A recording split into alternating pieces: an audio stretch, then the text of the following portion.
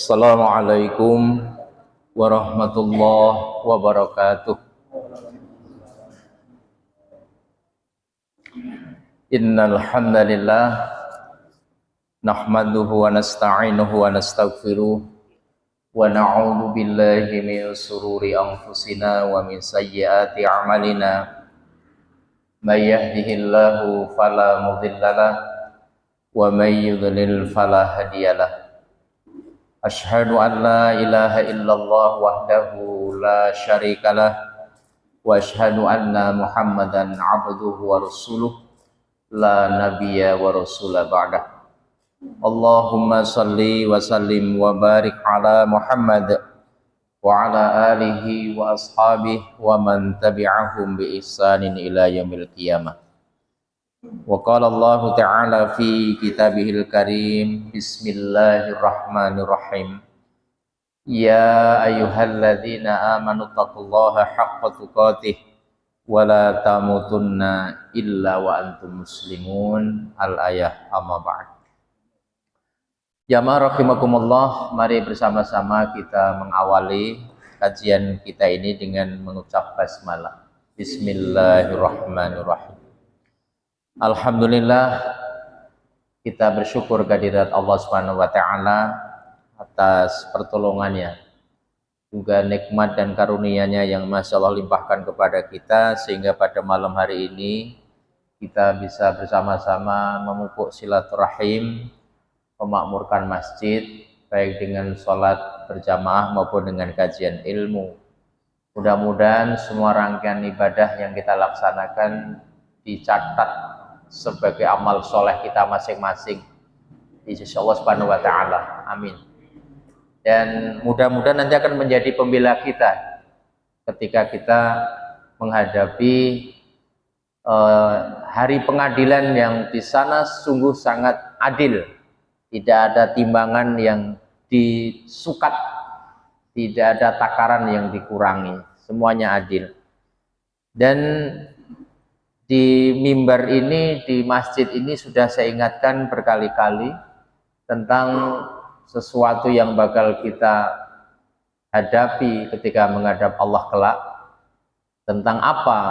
La tazulu qadama 'abdin yaumal qiyamah hatta yus'ala an arba'. Seseorang tidak akan sanggup menggerakkan kakinya walaupun cuma bergeser satu tapak pun, sehingga dia harus bisa menjawab 4 pertanyaan di hadapan Allah kelak. Soal ini sudah disampaikan Rasulullah Shallallahu Alaihi Wasallam, bukan sekedar kita dengar, tetapi tentu kita siapkan jawabannya. Pertanyaan pertama adalah an umrihi fima afnahu. Seseorang akan ditanya tentang umurnya, dihabiskan untuk apa umurnya. Apakah umurnya dia gunakan untuk hal-hal yang tidak bermanfaat atau yang bermanfaat? Itu nanti akan ditanya. Bukan sekarang, nanti pertanyaannya, Pak. Dan itu membuat orang tidak bisa menggerakkan kakinya, saking begitu dahsyat hari itu. Yang kedua, wa an ilmihi madza amila bih. Orang juga tidak akan mampu bergerak, bergeser walaupun cuma setapak kaki. Ya. Sampai dia bisa menjelaskan kepada Allah sedetail-detailnya. An ilmihi madza amila bih. Tentang ilmu yang telah dia miliki, diamalkan untuk apa? Maka jadi semakin kita mengkaji agama ini, kalau tidak kita lakukan, itu akan menjadi beban. Ya. Lagi tiap Ahad kita ini seminggu 3 kali, berapa kali kita kajian. Hati-hati punya ilmu, harus dikerjakan. Kemudian yang ketiga, yang tidak kalah pentingnya dan membuat orang menjadi tidak bisa bergerak adalah wa'an malihi min ainak tasaba wa fima anfaqah. Ini yang sekarang banyak disia-siakan orang, diabaikan orang. Hari itu orang tidak bisa bergerak walau setapak kaki pun, sehingga dia bisa menjelaskan kepada Allah tentang hartanya. Dia dapatkan dengan cara apa? Dia belanjakan di jalan mana? urusan harta ya ikhwah. Jangan main-main. Jangan tertipu dengan selalu menumpuk-numpuk harta. Ya, selalu mau ngecek rekening, wah udah tambah nih. Udah tambah lagi nih invest ini, udah bisa beli tanah 1 kapling, 2 kapling. Hati-hati ya ikhwah. Kami ingatkan, nanti akan menjadi pertanyaan, dari mana sumbernya? Sampean bisa beli motor, beli mobil, beli rumah, dari mana sumbernya? Dengan keringat, sumber yang halal thayyibah, atau dengan cara yang haram? Jangan lupa, dunia cuma sesaat. Ini Nabi sayang betul sama kita. Kita udah dikasih bocoran soal itu. Ya, karena itu bertahanlah. Yang mungkin hartanya nggak banyak, tapi dia dapatkan dengan cara yang halal. Kayak Mas Dani jualan kue, pertahankan. Nah, ini saya sekaligus promosi nih. Jadi bapak-bapak kalau butuh kue, jamaah kita anak muda kreasi, jualan kue, antar di tempat, berkualitas daripada beli nggak jelas. Nih Mas Dani nih. Oh ini gini saya melihat anak muda itu gini, daripada anak muda tukang malak. Iya. Nah, ini harus dicontoh. Dan saya merekomendasikan jamaah yang punya kepentingan hajatan boleh. Boleh disuplai oleh Mas Dani. Ini saya bantu nanti bagi 2 persentasenya. Ya. Saya nggak disuruh Pak, tapi karena saya tahu gitu. Biar tahu jamaah. Loh, yang baik-baik harus dipromosikan Pak. Yang jelek jangan, mau jelek aja dijual kan sekarang, apalagi yang baik. Anak muda prestasi dijual. Termasuk Pak Ujang ya, bakso. Pokoknya jamaah kita ini Masya Allah. Saya berbangga betul, bersyukur betul. Ini urusan harta. Apalagi kalau sekali-sekali itu misalnya ingin sedekah bakso pas pengajian malam Kemis, woi tambah berkah itu. Nah, ya, betul. Nah, cuma kita nunggu kapannya itu. Nah, ya. Tentang harta. Dari mana kita dapatkan sumbernya itu? Di jalan mana kita belanjakan. Itu. Jadi jangan tertipu. Oh, Mas Tono ini badannya gemuk ini jualan geprek nih. Jamaah kita Pak ngaji nggak telat, ibadah insyaallah qiyamul lail dijaga, jualan geprek. Jadi kalau kita ingin makan ngapain nyari yang nggak jelas? Nah, kan gitu. Jualan roti, jualan geprek, jualan bakso. Nah, siapa lagi yang belum disebut? Kipas angin rusak Pak Asep. Oh, pokoknya semuanya komplit kita ini. Jadi keringat yang keluar. Ingin pakai baju bagus, tinggal ke depan. Punya Haji Marsiono, komplit kita ini. Nah, itu. Asal jangan minjem uang dari dari bank, itu riba. Nah, yang keempat, apa yang bakal kita pertanggungjawabkan? Wa an jismihi madza abalahu. Tentang jasadmu, fisikmu hancur kau gunakan untuk apa? Semua akan hancur. Semua akan menjadi makanan cacing tanah. Tapi ada yang hancur sia-sia, ada yang hancur bernilai. Para syuhada, orang-orang yang mati syahid itu hancur. Ya, tubuhnya penuh dengan luka, ya.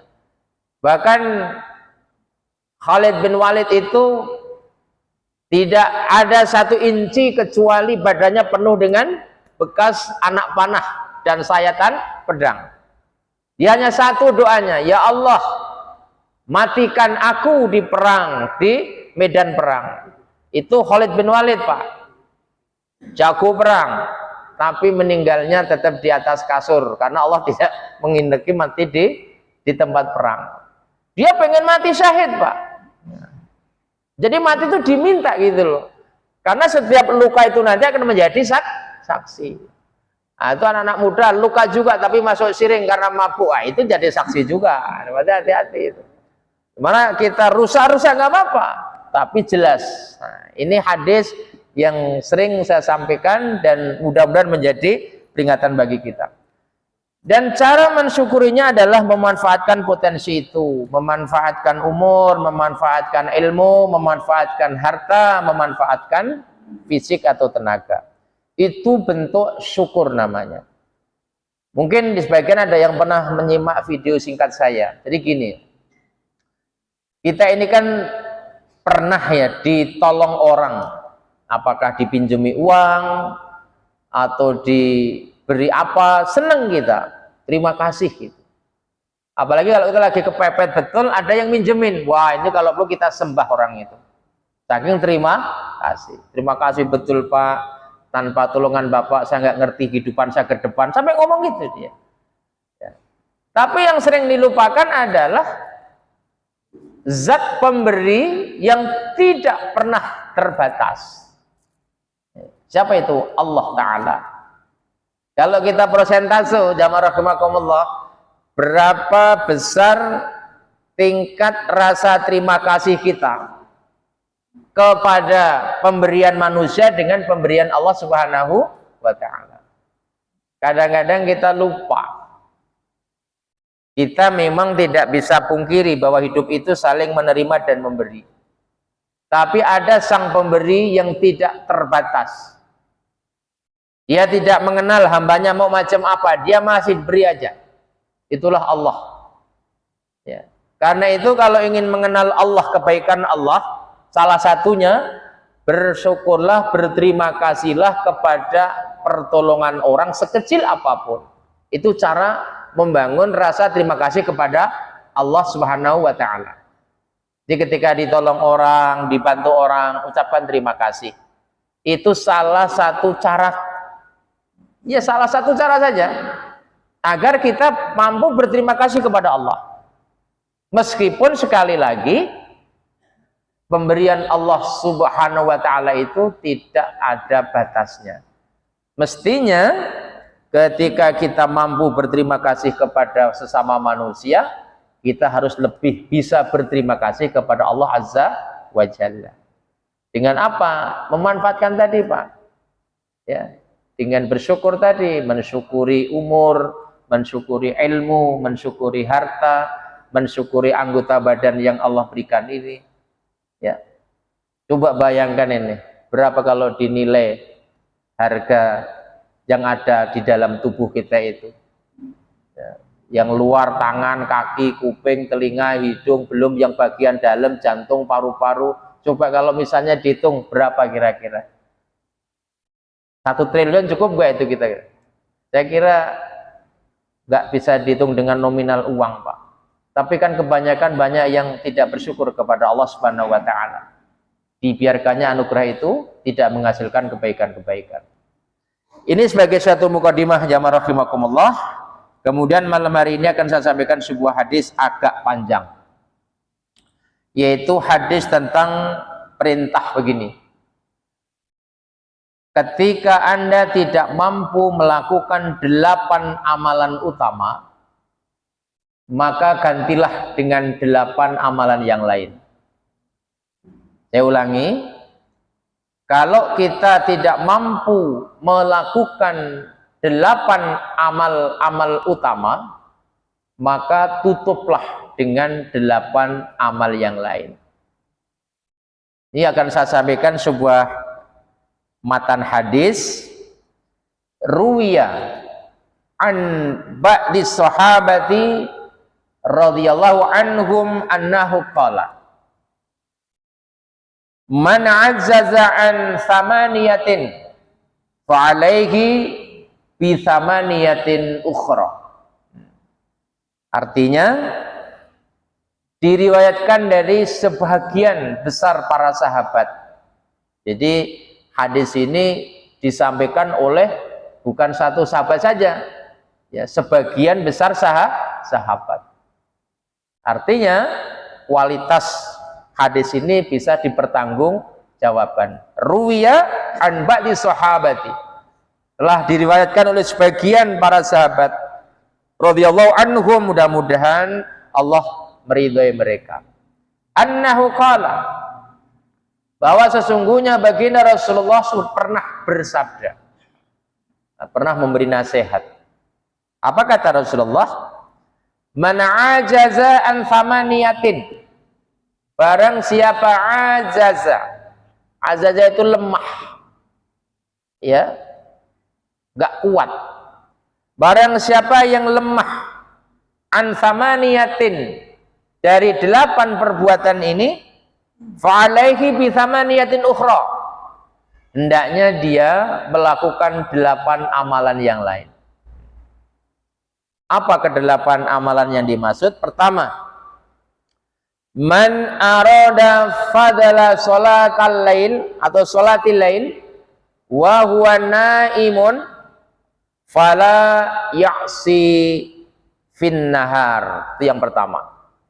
Saya ulangi, man arada fadala sholatil lail, barang siapa yang menginginkan pahala keutamaan sholat malam, wa huwa naimun, tetapi dia tertidur. Dah niat pengen sholat malam gitu Pak, belum tidur udah berdoa, ya Allah bangunkan hamba sepertiga malam untuk bisa qiyamul lail, ya. Tapi wa huwa naimun, dia tidur, ketiduran gitu. Pengen sholat malam tapi tertidur, fala ya'si fin nahar, maka janganlah engkau melakukan kemaksiatan di siang hari. Jadi kalau dibikin kalimat mudah gini, barang siapa yang menginginkan pahala qiyamul lail tetapi dia gagal karena tertidur, maka jangan kamu melakukan kemaksiatan di siang hari. Tapi jangan disalahpahami, berarti kalau misalnya kita bisa sholat malam, boleh dong bermaksiat? Enggak. Ya. Mikirnya gini, kalau sholat malam nggak mampu, jangan kamu tambah beban hidupmu dengan kemaksiatan di siang hari. Udah sholat malamnya nggak mampu, siangnya berbuat dosa, Anda nggak mendapatkan kebaikan itu. Jadi jangan disalahgunakan, jangan salah artikan. Loh, kalau demikian berarti kalau malam bisa sholat malam, siang boleh dong maksiat? Ya enggak. Justru harus kita tutup. Gitu. Ya ikhwah, saya ingatkan tentang amalan-amalan utama ahli surga. Kenapa ini Nabi menempatkan sholat malam pada ranking pertama? Nanti silahkan dibuka Quran surat 3 ayat yang ke-17. Ya. Ayat itu menjelaskan tentang 5 golongan manusia yang sudah dijamin dapat tiket masuk surga. Wah enak Pak, enak. Kalau diceritain enak. Mampu nggak coba Mas nanti itu? Caranya nanti biar runtut, jamaah boleh membaca dari ayat 15. Itu berita tentang jaminan surganya. Ayat 16 tentang doa. Ayat ke-17 itu tentang amalannya itu. Jadi ayat 15 bicara tentang janji Allah yang akan diberikan berupa surga. Kemudian ayat 16-nya itu berupa permohonan doa. Nah, silakan nanti dicek aja. Lah ayat 17 adalah bentuk amalan yang menyebabkan orang menjadi ahli surga. Saya akan baca, nanti kalau salah mohon dikoreksi para jamaah. Di ayat 17. A'udzubillahi minasyaitonirrajim. As-sabirina was-sadiqina wal qanitina wal munfikina wal mustaghfirina bil ashar. 5 kan? As-sabirin was-sadiqin wal qanitin wal munfikin wal mustaghfirina bil ashar. Betul nggak? Baik. Awas jangan nyesel. Ayat ini sudah disampaikan. Udah jamaah dengar. Kalau nanti ada penyesalan, bukan salah para ustadz. Ya. Bukan salah Allah, bukan salah Quran. Salah kita yang tidak tertarik dengan janji Allah. Pertama adalah as-sabirin, orang-orang yang sabir. Nah, paling tidak sudah punya modal namanya sabirin. Dan memang terbukti walaupun sudah umur tua tetap sabar. Mestinya umur beliau kan istirahat di rumah. Ya, Pak. Belum malam naik motor, kena sorot lampu buyar, masih berangkat. Artinya doa orang tua terkabul. As-sabirin, betul jadi orang sabar. Bapak ada juga namanya sabirin tapi nggak sabar, Pak. Ini sabirin yang benar ini, Pak Sabir.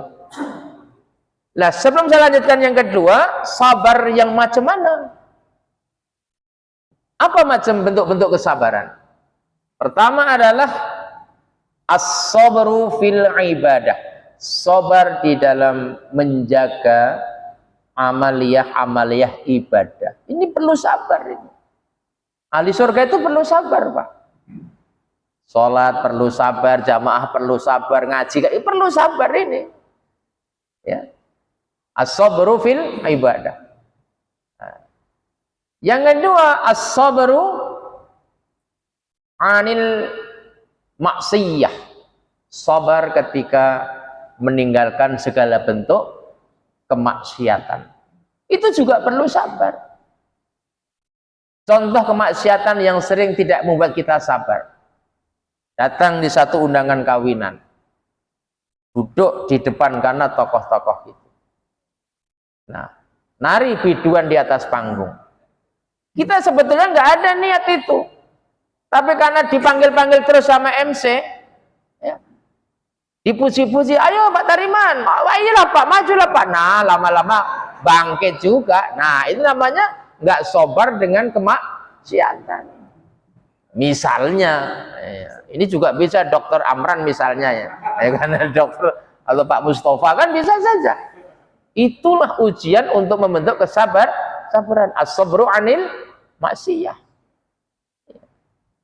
Yang ketiga, as-sabru indal musibah. Sabar ketika diuji. Ya, Pak Wiji sepedanya hilang, sabar. Iya. Sekarang udah dapat ganti, makanya kenapa itu dirantai-rantai, takut hilang lagi. Iya. Nanti pakai remote Pak. Itu. Udah ke masjid yakin itu bawa sendal bagus hilang, sabar, itu termasuk musibah.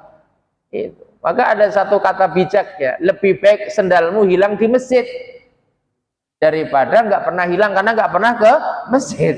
Itu aja. Kayak sendal nggak usah dipusingin, biarin aja hilang. Hilangnya di masjid. Ya, kalau hilangnya di diskotik, nah kocor itu kan. Itu. As-sabru indal musibah. Yang keempat, as-sabru anid dunia. Sabar di dalam menghadapi tipu daya dunia. Perlu sabar ya ikhwah dunia ini. Ya, perlu sabar. Kawan dalam kasat mata wul gitu ekonominya bagus ya. Enggak taunya riba. Enggak usah tertarik yang gitu-gitu sudah. Enggak usah tertarik. Demi Allah jangan tertarik yang gitu-gitu itu. Susah kita nanti, ya. Anak mulai dididik, ya. Jangan malah baru nikah udah ditunjukin. Kalau ingin sukses nak langsung aja lah gadekan. Jangan, diajari istiqomah. Pahit-pahit dulu lah. Jual-jual geprek dulu, jual roti dulu Dani. Ya. Itu yang berkah. Sabar dalam apa lagi? As-sabru setelah anid dunia fil jihad. Sabar di dalam perjuangan. Kayak gini kan perjuangan ini. Bapak-bapak jauh datang ke sini. Pak Haji itu dari Geruntang sampai sini. Jihad. Baru nanti kita tahu. Itulah orang-orang yang layak nanti akan mendapatkan surga. Allah yang bilang loh itu as-sabirin itu. Termasuk sabar menjaga sholat malam itu. Kalau nggak sabar nggak jadi sholat malam itu Pak. Betul itu. Dan saya husnudzon lah yang sudah ngaji ini, saya yakin ahli tahajud ini. Kalau enggak, gagal ngaji kita. Gagal. Karena sudah terus diingetin. Betul. Yang kedua, kata Al-Quran tadi, ayat tadi, ahli surga itu setelah as-sabirin was-sadiqin. Orang-orang yang benar. Shadiq ya? Orang yang benar. Apanya? Ya ucapannya, ya keyakinannya, ucapannya, perbuatannya. Sebab sekarang ada orang tidak benar Pak pikirannya. Beberapa hari yang lalu viral di video. Ada kurang lebih 5 ustadz pakai peci haji.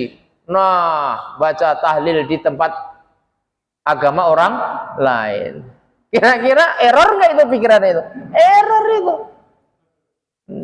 Ya walaupun Anda ingin menunjukkan ini loh contoh Islam bertoleransi, ini loh, ya tapi janganlah terlalu ngawur banget loh. Sampean baca la ilaha illallah istighfar tapi di dalam tempat ibadah orang lain. Apa untung Anda? Apa untung Anda? Hanya ingin mendapatkan sematan label sebagai orang yang baik di mata manusia, di mata Allah. Wala talbisul haqqo bil batil. Kamu jangan campur aduk kayak urap agama ini. Ya kalau urap enak, ada toge, ada daun ini, ya enak. Urap namanya, Pak. Iya. Agama jangan diurap. Akidahmu salah itu. Buat apa turun ayat lakum dinukum waliyatin? Jadi bapak-bapak udah ngaji jangan ikut ngawuriah gitulah ya.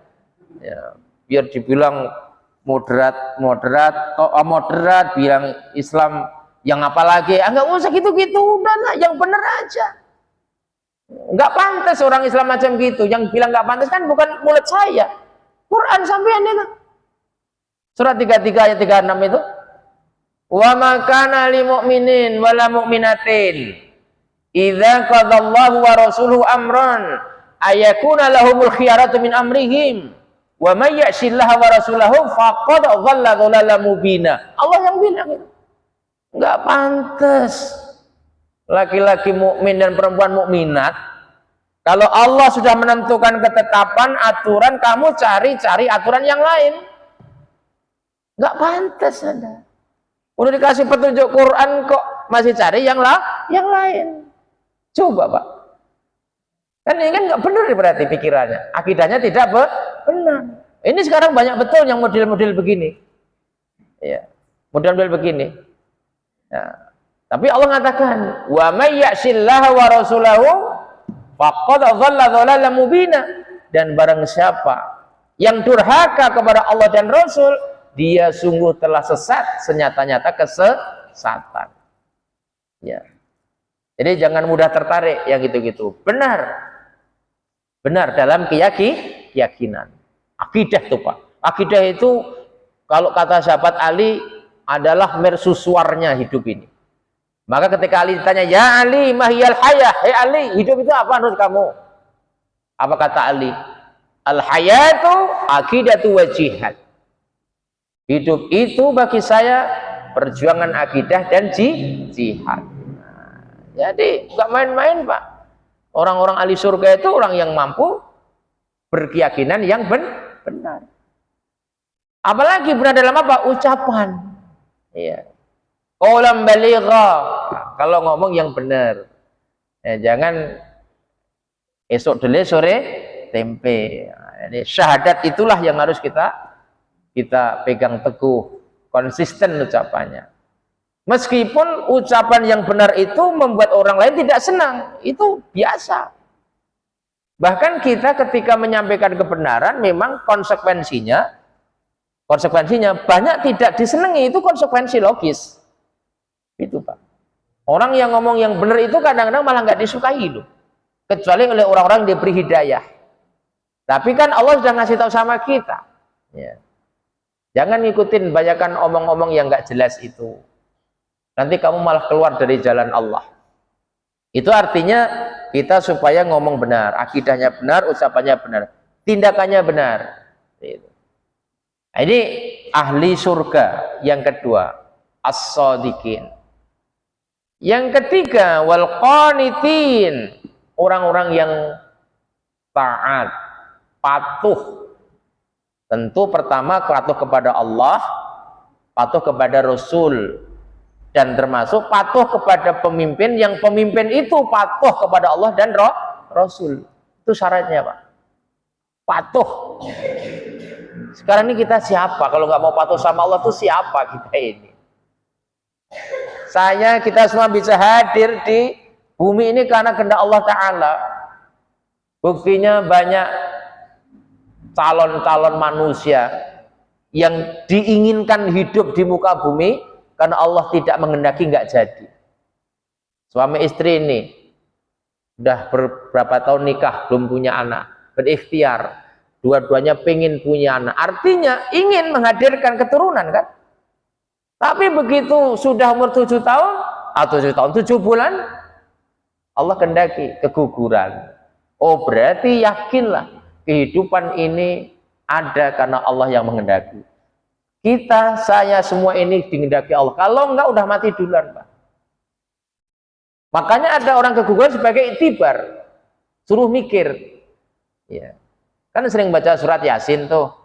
Kalau Allah mengenai sesuatu, Allah ini, kalau kan ada itu di situ. Nah, ini ada buktinya. Ya. Karena itu konsekuensi taat sama Allah. Taat. Ati Allah wa ati'ur Rasul. Nah, yang keempat setelah al-qanitin wal munfikin, orang-orang yang seneng berbagi, infak. Nah, yuk, saya tidak akan bosan-bosan mengajak kepada jamaah untuk menyisihkan hartanya. Jangan puas dengan satu amal soleh, maka tambahlah dengan amal soleh yang lain. Buatlah kita bikin masjid ini. Kalau tidak bisa sebulan sekali, seminggu sekali, sebulan sekali. Apa mau bikin Jumat berkah atau subuh berkah, dan semampu-mampu kita bisa berbagi kepada saudara kita yang miskin. Ini untuk mengikat bahwa sebetulnya kitalah yang menginginkan surga itu. Al-munfikin, berbagilah, nggak usah nunggu berlebih harta itu. Karena kalau ukurannya berlebih, sampai berapapun tidak ada kata berlebih. Nggak ada berlebih itu. Belajarlah dari salah seorang teman kita, yang punya PO Haryanto itu. Kalau Pak Tariman tahu itu,